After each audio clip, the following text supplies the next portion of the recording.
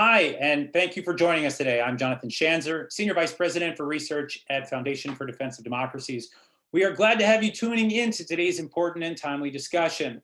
We are going to be hosting a discussion to mark the release of a new FDD monograph called Iran is More Than Persia, Ethnic Politics in the Islamic Republic. The report is authored by FDD's Brenda Schaefer with a foreword by Ruel Marc-Garact. The monograph is part of a larger book project for Brenda. It's a rich and complex topic and sprinkled with a bit of controversy too, so we thought it would be useful to bring together experts to discuss it in depth. But before I do introduce this conversation, a bit of background on FDD. We're a nonpartisan policy institute and a source for timely research, analysis, and policy options. We take no foreign government or foreign corporate funding, and we never will. Today's program is one of the many that FDD will host throughout the year. For more information on those events and the rest of our work, we encourage you to visit our website, fdd.org. With that, I'm pleased to introduce our panel today. First, Brenda Schaefer. She is the Senior Advisor for Energy at FDD and author of FDD's new monograph on today's topic. We also have Ruel Marc-Garact, a Senior Fellow at FDD. He previously served as a Middle Eastern Specialist at the CIA's Directorate of Operations. We also have Ahmad Obali, who is the founder of the popular US-based Azerbaijani language television station Gunaz TV. He has been called the Anderson Cooper of Northern Iran. Finally, we have Norm Rule, who served for 34 years in the CIA, managing numerous programs relating to Iran and the Middle East. He also served as the National Intelligence Manager for Iran at the Office of the Directorate of National Intelligence. We are very grateful to have all of these experts with us making time today for this important discussion. Brenda, congratulations on your new monograph, Iran is More Than Persia. In writing this, you waded into a controversial issue, one that I think is surprisingly controversial, at least to a casual observer, and that is on the question of demographics and ethnic minorities in Iran. One of the most contested questions, I think, related to the work that you've done, and I think the broader field, is the question of numbers. So let's start with the basics. Who are the main ethnic groups in Iran, and what were your key findings? Thank you, Jonathan. Yeah, often Westerners refer to Iran as Persia and refer to people as Persians, just as became quite popular to refer to people in the Soviet Union as the Russians.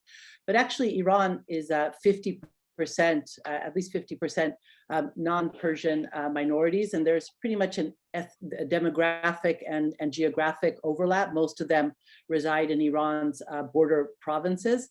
But the issue even of numbers, even though it was clear to anyone looking at Iran that there are ethnic minorities, there's always been controversy about it, and with very few sort of agreed upon sources on the demographics.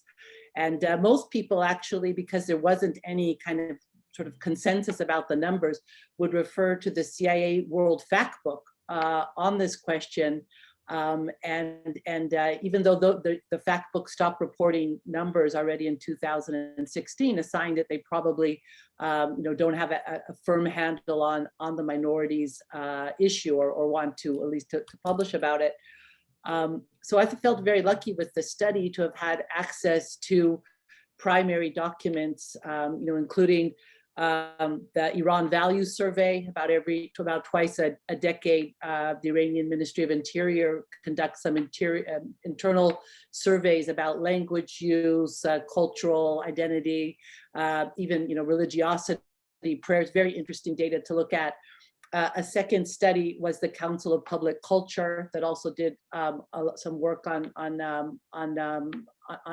ethnic minorities, and some statements on the Ministry of Education about their problems with first graders coming to school, and over half of them not being proficient in Persian when they arrive in Iranian schools. So some of the more I think fascinating aspects was the idea that over 40% of Iranians self-define they're not fluent in the Persian language.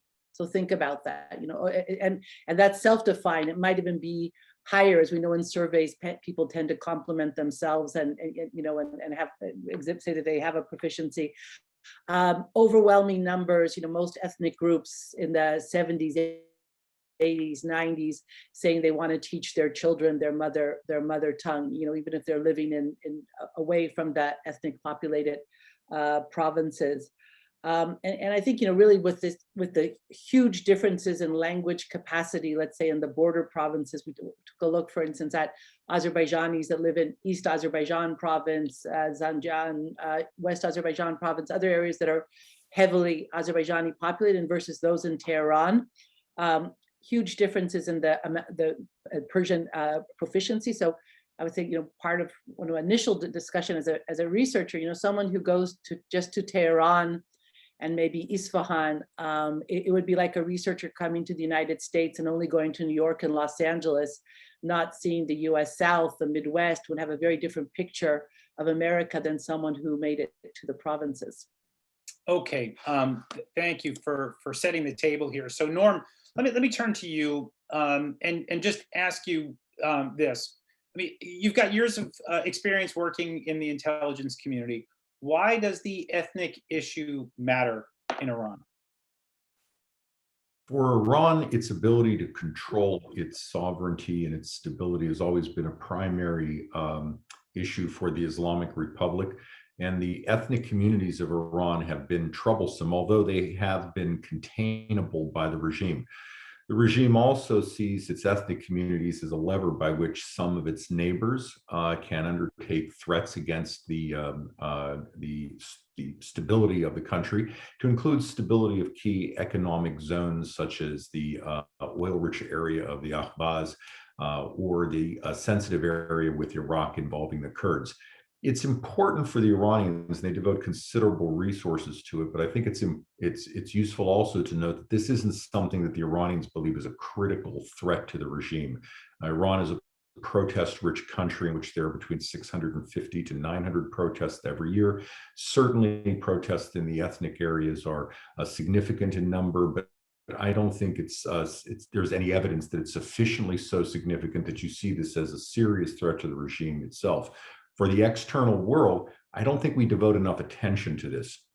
And I'm not talking about government so much as the polities of Congress and so forth. You're seeing a country where there is organized discrimination, repression, environmental damage, cultural discrimination to an extent that really doesn't exist in many other places. And it's pretty much ignored, and it touches millions of people in an adversary country to the United States. Okay, Ruel, I want to turn to you. You wrote, I think, an excellent foreword to this monograph, and you noted that there is some controversy, as we've already alluded to. Why is this issue so controversial? And maybe as a follow-up, how would the ethnic issue impact Iran if there were suddenly free elections or democracy in the country? Yeah, I mean, I think, first of all, I always have to start off with the hard truth, and that everybody in the Middle East lies about religious minorities, and they lie about ethnic minorities. Modern states, even the strongest of them, say Turkey and Iran and the Middle East, are fragile states. At least they think of themselves as ethnically fragile.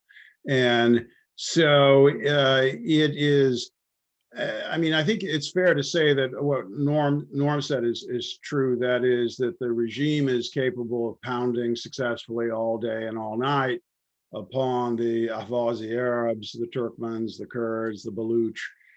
That's been true of the Islamic Republic, and it was true also of the Pahlavis. The wild card would be the Azeris. I mean, they're the ones to look at. They are the most deeply integrated into Iran, the most deeply integrated in the Islamic Republic.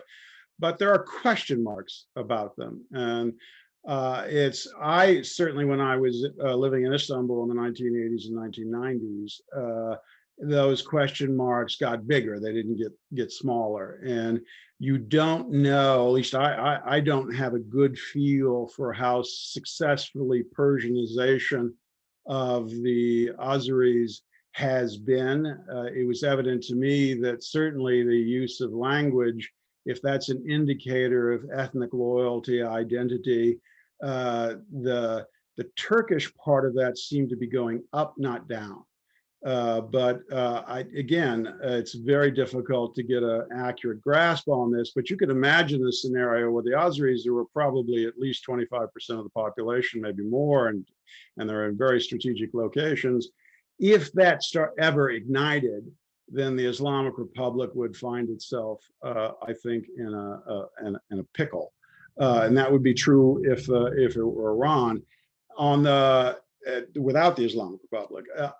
On the issue of democracy, I think what inevitably we see when people get a chance to vote, they do vote their identities, and these identities are more important than many people think they are.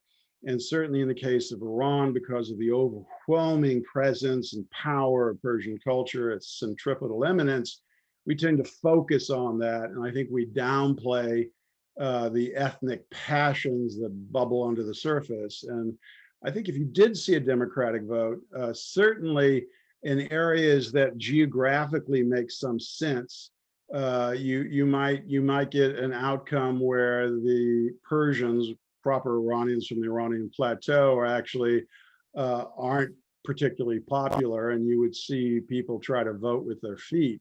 Whether that would work, given the way the country is intermixed now and the way you have proper Persians living everywhere, I don't know. I mean, it could be a recipe for violence, it might not, but I do think you would see a lot of folks express themselves. You've seen them in national elections already. You see it perhaps by their rate they abstain from voting. Certainly the Kurds have shown us clearly that they would, really love to, give the middle finger to the regime in Tehran.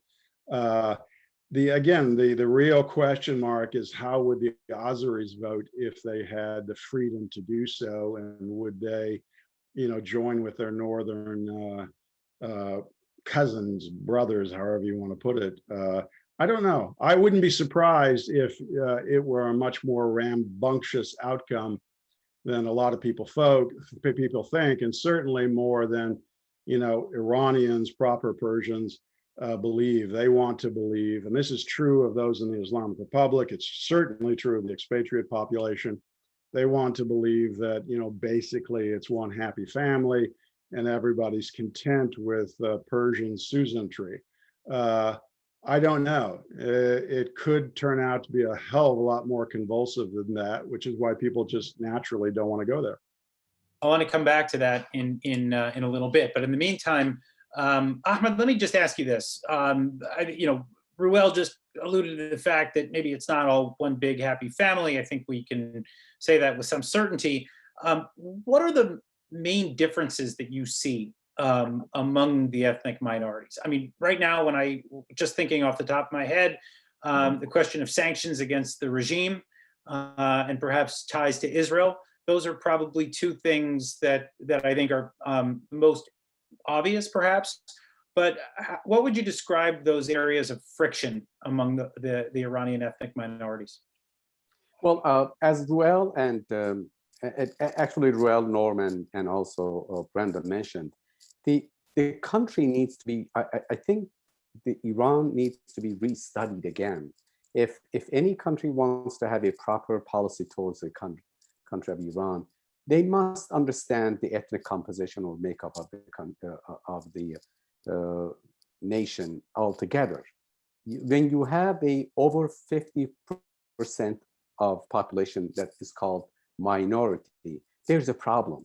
And in countries, all the countries in the Middle East, especially in Iran, when you're called a minority, it also comes with this undeclared reality that if you're a minority, you're lost, you don't have much rights.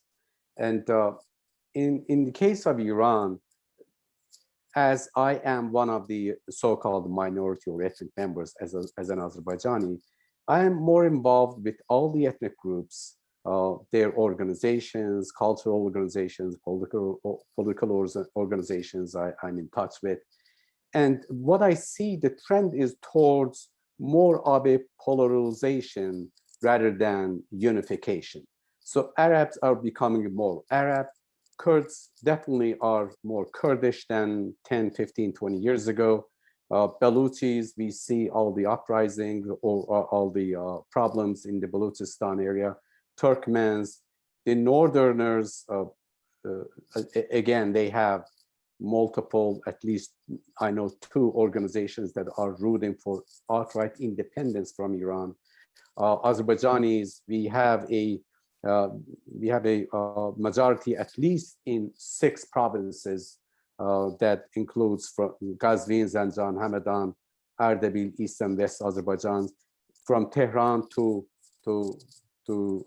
the border of Turkey. So the minorities think that they're lost in the view of Western powers, especially United States. So they tend to have a different view of the so-called main opposition groups in Iran. So the problem that we have so far is in the West is the West is more focused on Tehran and Persia or Persians, where minorities think that they are part of this society. They need to be accounted for. They need to be dealt with as well. So all along the past 40 years, especially the last 20 years after the satellite televisions broadcasting satellite televisions into Iran, and also internet widespread availability of social media, people are becoming more aware of their human rights, ethnic rights, and backgrounds and history and so forth. What Persian supremacy or Persian culture has done, thinking that over a period of time, the country will become all united under Persian language or Persian culture, has not worked, really. It has worked to a certain degree, but it's going backwards now. So now we have more young people becoming more of a ethnic identity activist rather than the older people. So this is one trend. The second thing is Iran is a country that it has multiple problems. It has democracy problems, women's rights, environmental issues, economy is in disarray. We have so much of addiction to drugs, unemployment. Over 50% of college-educated youngsters have no jobs. So in order to deflect away the attention, Iran tends to focus on other, let's say, problems in the region, or creates problems or crises to hide its own crises. So ethnic groups are well aware of this tactic. It doesn't work anymore. So when it comes to, for instance, let's say in the past 41 years, we've heard down to Israel, Israel is our enemy. This slogan has been repeated many, many years, right? Year after year, day after day, months, Quds Force Day and Quds Day and so forth. Well, recently we had a live show where we actually have call-ins directly from Iran. We had, I think, if I'm not mistaken, 50 calls from Iran or 40 calls from Iran directly. 38 of them were from Iran. Every single person viewed Israel as a friendly country. And they went beyond calling Israel as friendly. They said they would kiss, some said, I would kiss Israeli flag. They're my brothers. They're our allies. They're our strategic allies. They're our friends. So this whole notion that the propaganda is going to work over time actually didn't work in Iran. As for sanctions, I'll give you one more example. We recently had a show about sanctions. The question was, should the sanctions be lifted or kept in place? And I was surprised that of 50 calls that we received, we could only receive 50 calls because of time restrictions. Everyone except one, everyone asked for sanctions to stay rather than lifted. So and why? Because they think Iranian government is getting weaker with the sanctions. They think the access to cash to the government is crucial to support proxies, terrorist groups, Hezbollah, Hamas, Islamic Jihad, Houthis. These are all people's money that government uses to spend on. So they think, the people thought that in order to have a real change with this government, or maybe actually end of this regime, the sanctions should stay in place. It takes time for sanctions to work. And I was surprised how knowledgeable they were, that they thought in the long term, although we suffer in the short term, but in the long term, sanctions is to people's benefit. This, to me, was surprised how people were knowledgeable on, looking in the long-term effect of sanctions. And I think Kurds are in the same fashion, in support of sanctions. I know a lot of Arab groups are in support of sanctions. Baluchis are in support of sanctions. I think most of Persians are in support of sanctions. But somehow sanctions There's are a being question, lifted. of course, of whether the U.S. government is in support of sanctions, but we can address that perhaps a little later on in the discussion. Norm, let me turn back to you for a moment and just ask, is it possible that the influence of these minority groups, these ethnic minorities, are going to grow in the coming years? I think, you've made the argument that they're contained by the regime, at least for now, but what are the areas that you would watch as someone that's been in the intel world? What are the trend lines that you would say would be, more concerning for this regime?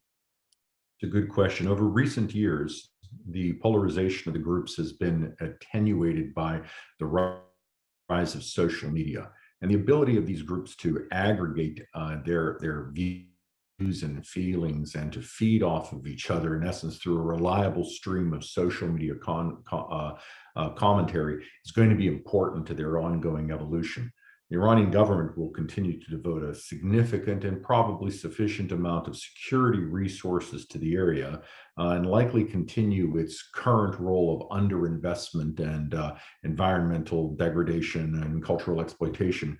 What I think is important also would be whether or not the groups are able to overcome their intra-group and intergroup animus and rivalry to coalesce in some sort of a multi-ethnic element that is able then to bring about political support in various governments. European governments and the United States tend to look, as you correctly stated, at Iran as a Persian-centric country, and it's often about Tehran, and the ethnic areas don't get a lot of political voice in Congress or in the European Union. I think their ability to use social media, pull together, survive the onslaught by the government, and then coalesce, that would make them more impactful.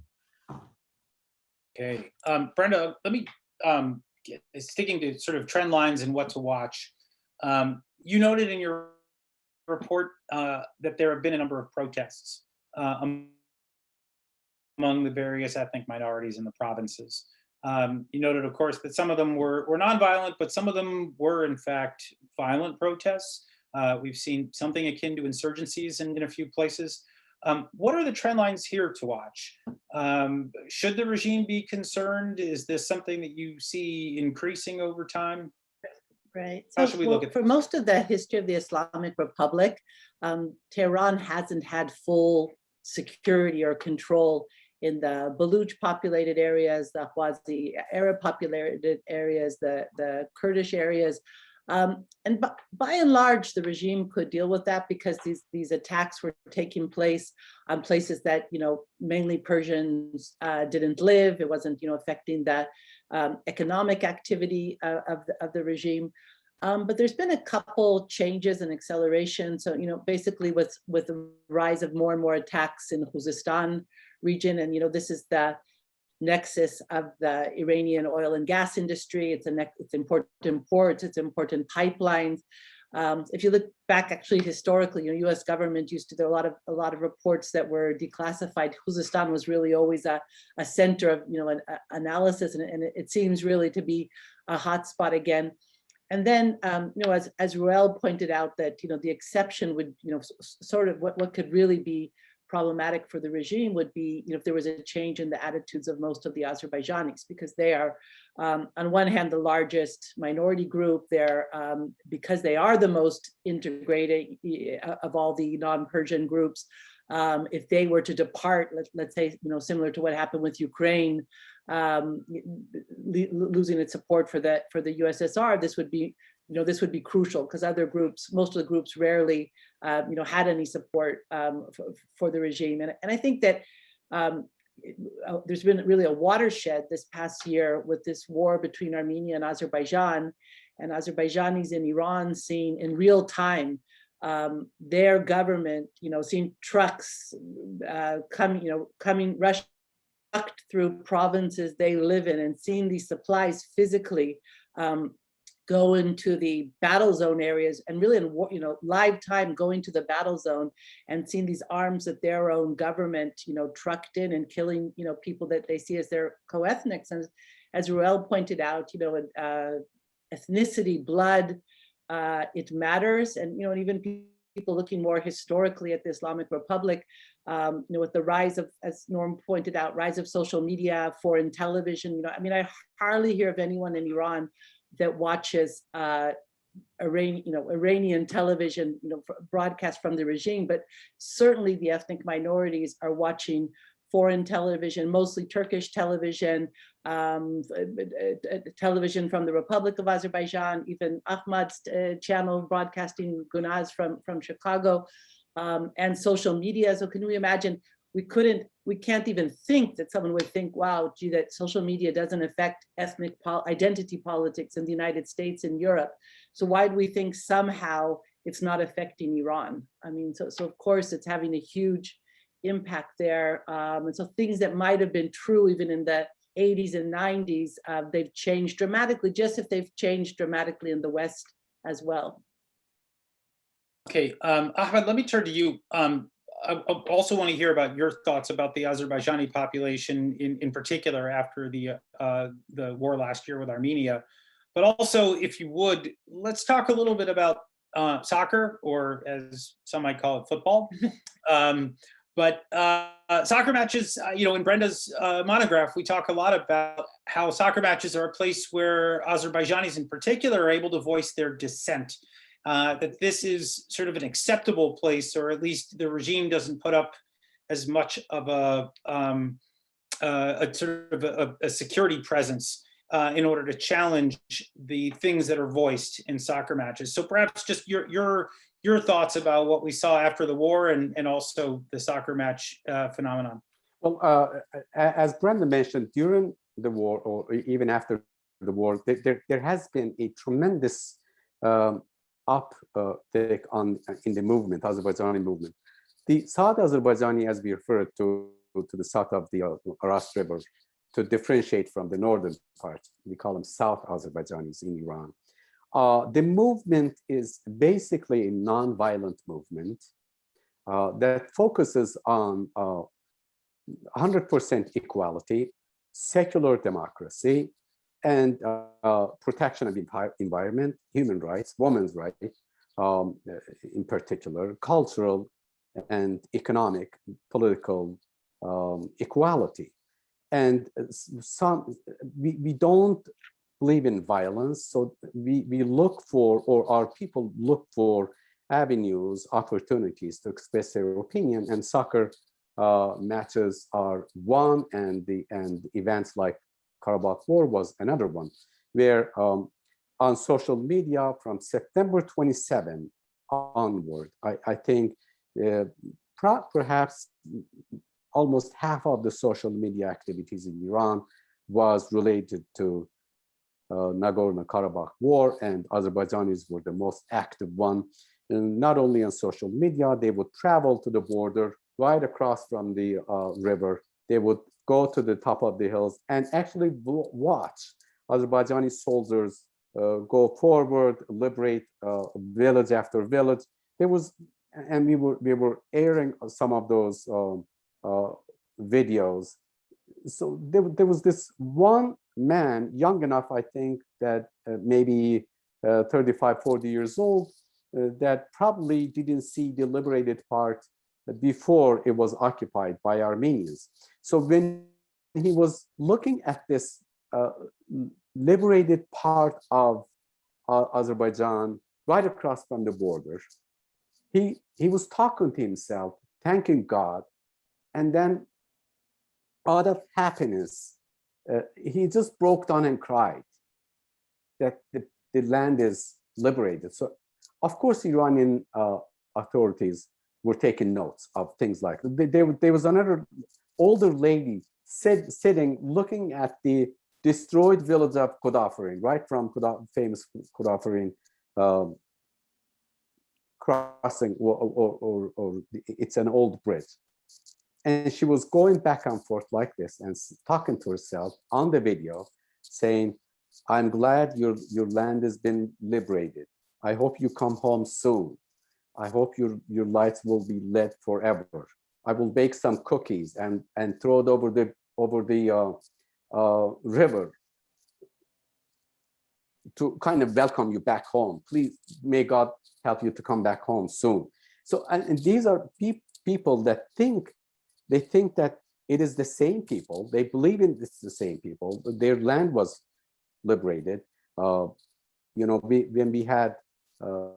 When we asked our people to send us videos, people's reactions to the war, we were overwhelmed by hundreds of videos that people were celebrating Azerbaijan was getting the lands liberated day by day, every day. And also the slogans that they were using, the fact that they thought, oh, our president has ordered our army to go forward.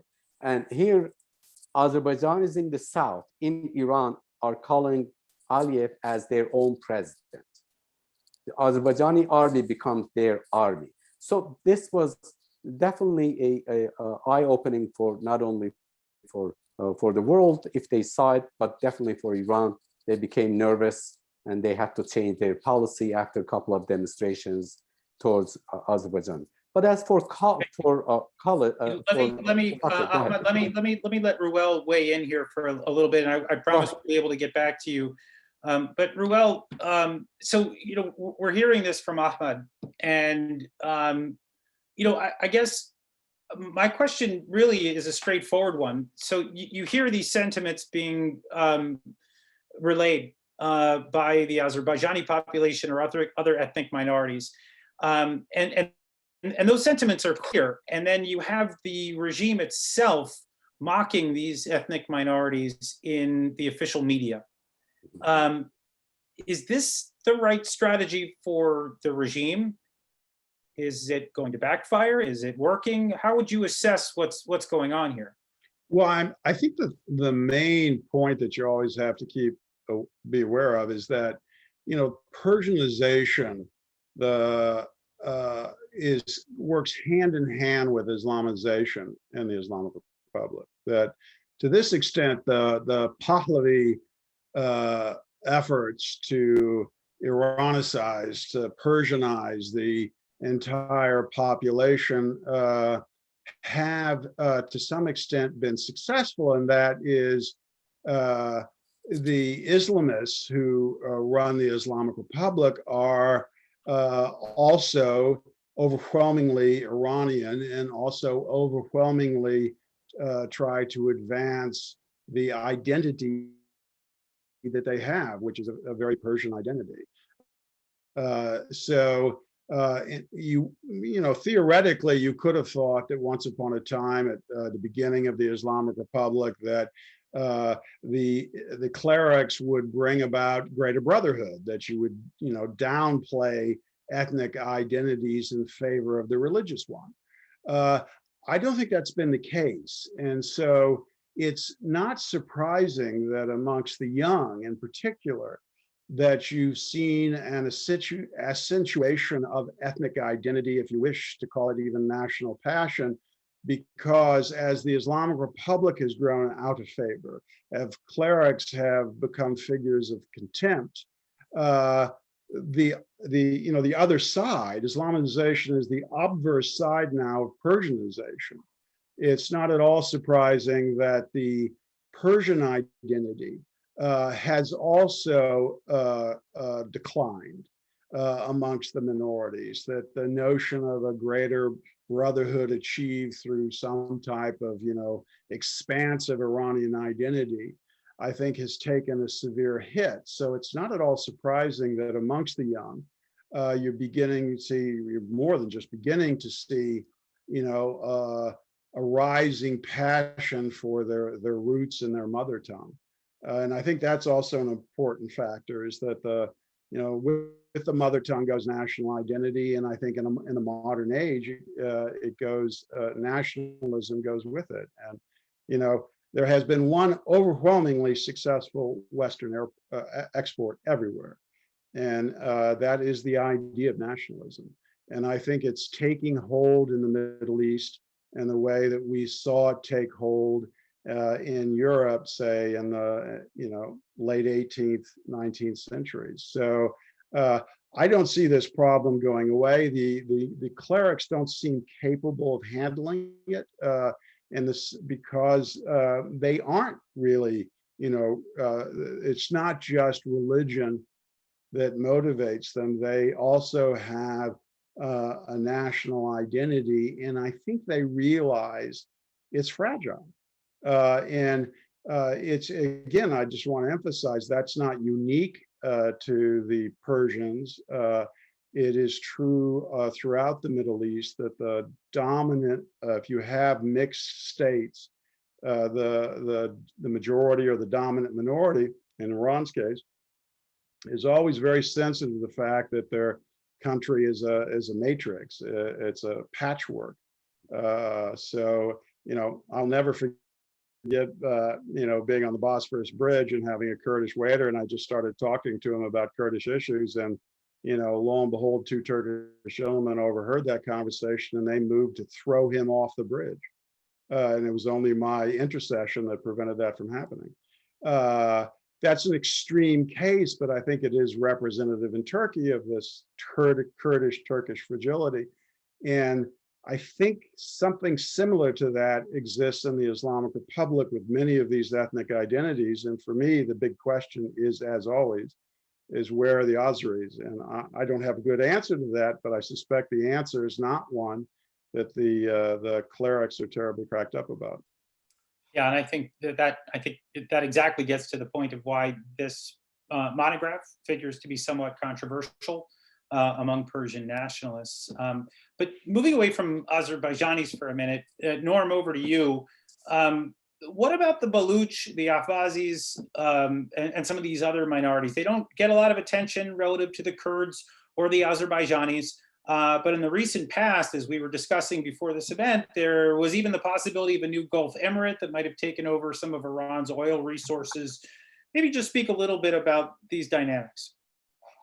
Iran's borders are somewhat messy. The borders with Pakistan have seen an ongoing Baluchistani insurgency for decades. Indeed, Qasem Soleimani, the former commander of the Quds Force, cut his teeth as a division commander working that area. The current commander worked to the north on Afghan issues, and both at one time in their past had worked against what they believed to be Kurdish insurgencies in their earlier IRGC days. I think when you see when people talk about the Baluch or the Ahvaz issues today, they tend to focus on two elements: terrorist attacks, ostensibly terrorist attacks. They're associated with external actors. There's been some press reporting that Ahvaz organizations in Denmark have been supported by Gulf Arabs. But in the end of the day, these actions have been bloody. The organization Jandallah, the old Baluch insurgency group, was quite violent. But they haven't really changed the political dynamic in their areas, and regional actors note this. It is possible to see the violence by these groups as a pain for the regime. But overall, Iran's opposition remains leaderless, rudderless, lacks cohesive tissue between political and labor elements, as well as the various ethnic elements. And as long as the situation remains the best you're going to get out of these areas are these intermittent acts of violence, which grab a lot of press, but don't really transform the political stability of the regime in a way that shifts the power dynamics in the region.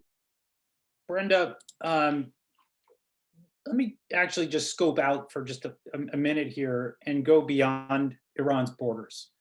You talked a little bit about how Iran tries to manage its ethnic minority challenges externally. I'm thinking about Azerbaijan and Turkey in particular. You know, it's an interesting dynamic and probably worth just explaining for a minute or two how Iran tries to contain its ethnic minority challenges with the help and sometimes the challenge of some of these external countries. Right. So as Norm pointed out, you know, Iran has basically long-term insurgencies on several of its borders. So one is Iran's borders with Pakistan. The second is Iran's borders with Turkey and Iraq.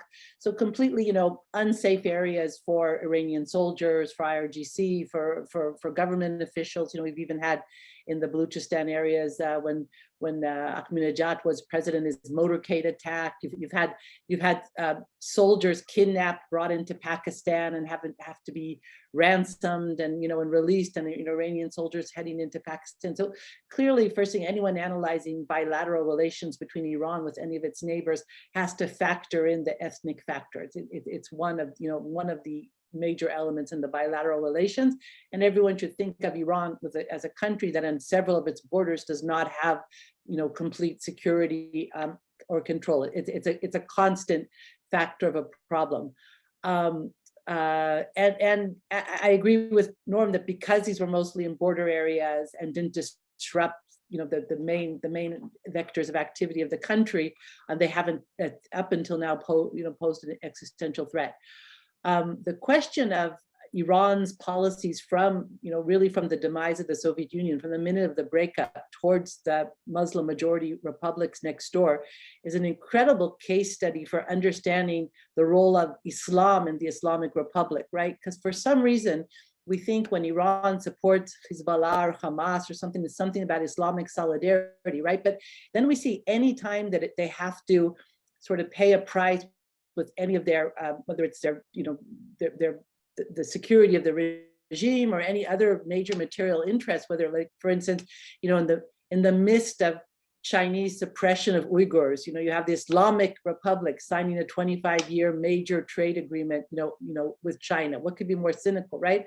But we've seen this from the beginning, on their borders, right after the Soviet breakup, a conflict breaks out between Christian populated Armenia, Shia Muslim populated Azerbaijan, and immediately Iran pivots towards Armenia. All the Russian aid during the war, during the previous war in the 90s, during this round, the second Armenia-Azerbaijan war, goes through Iran, and you have absolutely no, problems with that, because their idea of a secular, relatively open country that based on Azerbaijani culture, they saw as a major danger to Iran. So, I think it's fascinating how much you could learn about the Islamic Republic by looking at these very, their cynical use of the, the relations. So they might cry about Palestinian refugees and this, but couldn't care at all about, let's say, 1 million Azerbaijani refugees, co-ethnic Shia that were created. So I think it teaches us a lot about Iran, and that cynicism, that you can't really convince people in Iran that this is really, there's Islamic solidarity. And so if you see these kind of relations now that are very much in the open. And I think also that foreign television, again, from neighboring countries, being watched primarily by the citizens of Iran. So even those broadcasts become an issue of contention in the bilateral relations, whether, for instance, Iran's relations with Turkey, where most of the, for instance, Azerbaijanis are watching Turkish television. Okay, we're heading into our last round of questions here, so I'm going to ask everybody to just keep our answers fairly short, 2 or 3 minutes apiece. Ahmed, I want to turn to you, just piggybacking right off of one of Brenda's last comments. You've got this terrific TV channel that hosts interactive discussions with ethnic minorities in Iran. what are the major trend lines that you're watching? What are the things that our viewers right now should be aware of in terms of what these ethnic minorities are voicing on your network? Well, the trend right now, Jonathan, is among Azerbaijanis is looking forward. What needs to be done in the future? Past is past. The war is over. The confidence is back to Azerbaijanis as well in the north and the south. Self-confidence and the pride is back. We have turned the page of losing the battle to winning the battle. So now they want to continue this forward.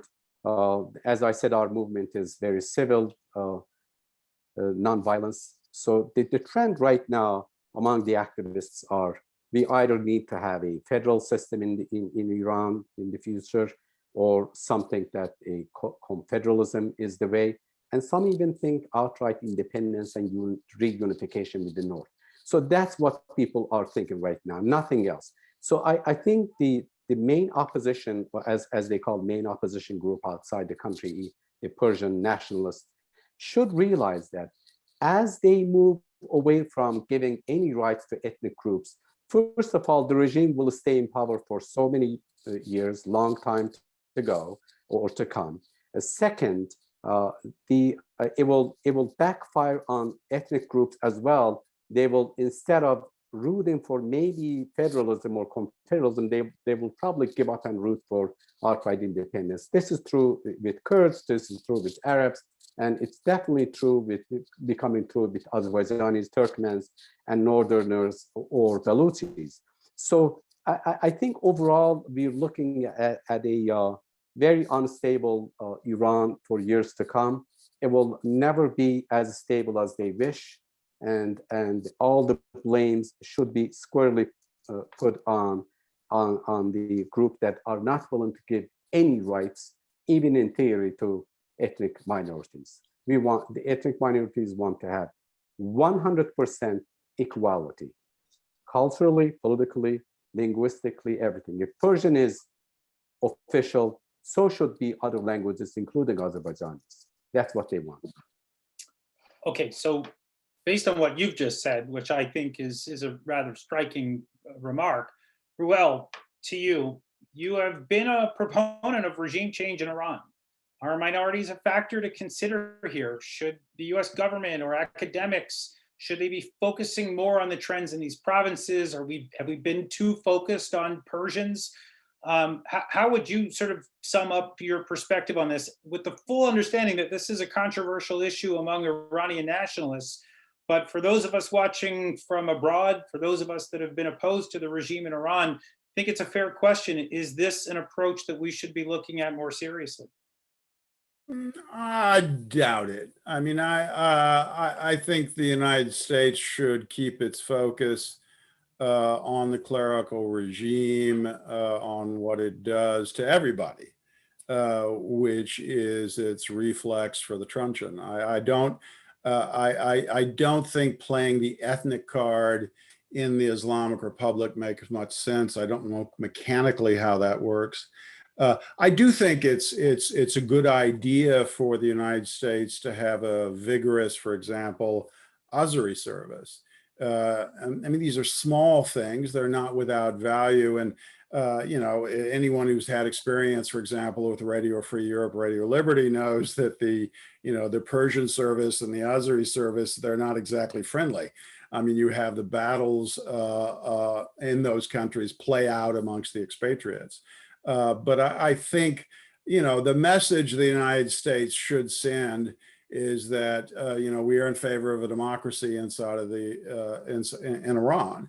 And it's not for us to decide where democracy, you know, takes the country, but we do believe that they have a right to vote. The Iranians, and that includes even the minorities, and certainly includes the Azeris quite powerfully, have been striving for limitations on the central government for over 100 years.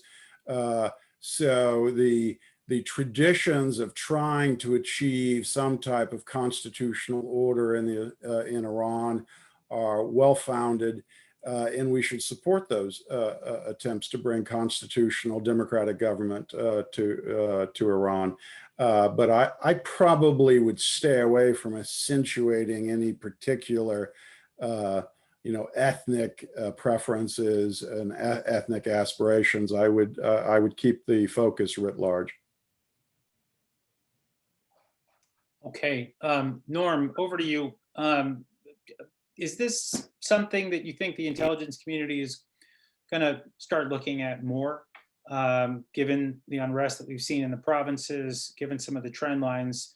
Do you foresee, for example, other countries trying to stoke unrest among the ethnic minorities? What are some things that we should be watching here as we look to the future? Okay, well, let me answer this two ways, but first I'd like to thank FDD for the opportunity it's provided me today to join such an august group, and to compliment Brenda on an exceptional, unique study that is long overdue. And although we all follow her work routinely, we want to see more from her, because this is a valuable product and it doesn't seem like there's enough people out there doing this.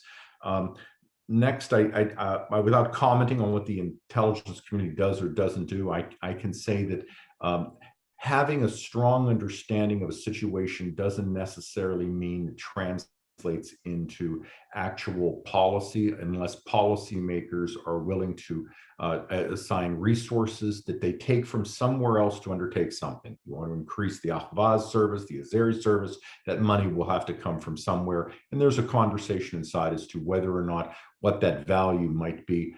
The US government, I think, understands well the ethnic issue, but I don't think that we have approached Iran in a way that goes beyond the Persian heartland. And I would like to see a congressional hearing, for example, on the ethnic issue, or a little more activity there. But as we move forward, this is something that requires Iran's external ethnic diaspora to pull itself together. The idea that countries can stoke action, hypothetically, a terrorist action is possible, but meaningful political change requires meaningful political unity outside of the country. And that's got to begin with the diaspora ethnicities themselves. Thank you. Okay, thank you, Norm. Brenda, parting thoughts. You've just finished a monograph. I know it was kind of a labor of love. It took a while to get you past the finish line. What do you hope to see? What kinds of discussions do you like to see sparked by this? What should we be looking for? Thank you. I mean, first of all, this past hour, with this dream team, people that I've admired for decades, Norm, Ruel, Ahmad, and their readings and writings, and it's really an honor to be a part of this panel. I would say that, one, this is a fundamental human rights issue. For some reason, it's always been sort of casted as an issue of